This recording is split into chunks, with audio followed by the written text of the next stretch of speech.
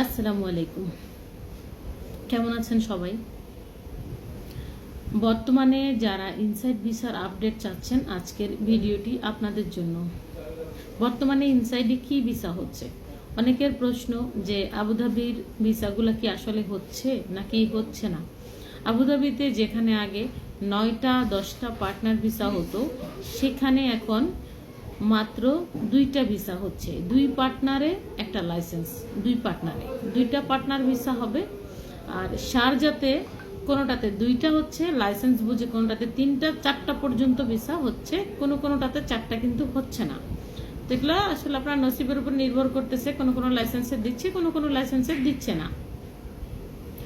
Abu Dhabi Sharjah হয়ে গেল, এখন দুবাইতে হচ্ছে কিনা। দুবাইতে বাংলাদেশিদের কোনো পার্টনার ভিসা হচ্ছে না। 100% মালিকানা থাকলেও হচ্ছে না। নতুন কোনো লাইসেন্সে বাংলাদেশিদের কোনো রকম পার্টনার ভিসা হচ্ছে না।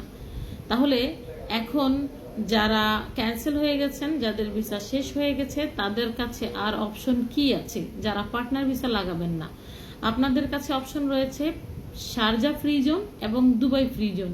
শারজা ফ্রি জোনে অনেক ঝামেলা রয়েছে, এটা অনেকেই জানেন না। আর দুবাই ময়দান যেটা ফ্রি জোন, সেখানে আপনাদের ভিসা হচ্ছে, কিন্তু সেখানেও 1 বছর 2 বছরের একটা হিসাব রয়েছে। অনেকেই আপনাদেরকে এই বিষয়গুলো খোলাসা করবে না।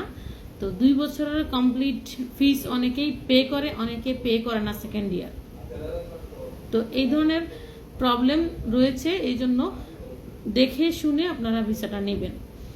দুবাই ফ্রি জোনের ভিসা যদি আপনারা প্রসেস করতে চান, যোগাযোগ করতে পারেন। আর এছাড়া বর্তমানে আরবির ঘর থেকে আরবির ঘরের ভিসা হচ্ছে কিনা, না, আরবির ঘর থেকে আরবির ঘরের ভিসা হচ্ছে না। মেয়েদের জন্য হচ্ছে সকল রকম মেইনল্যান্ড লাইসেন্সে, প্রাইভেট লাইসেন্সে মেয়েদের ভিসা হচ্ছে, ফ্রি জোনে হচ্ছে, সব জায়গায় মেয়েদের ইনসাইড ভিসা হচ্ছে। এটা ছিল আজকে পর্যন্ত আপডেট। জানি না আগামীকাল কি হবে, কিন্তু আজকে পর্যন্ত এটাই ছিল আপডেট। ধন্যবাদ সবাইকে।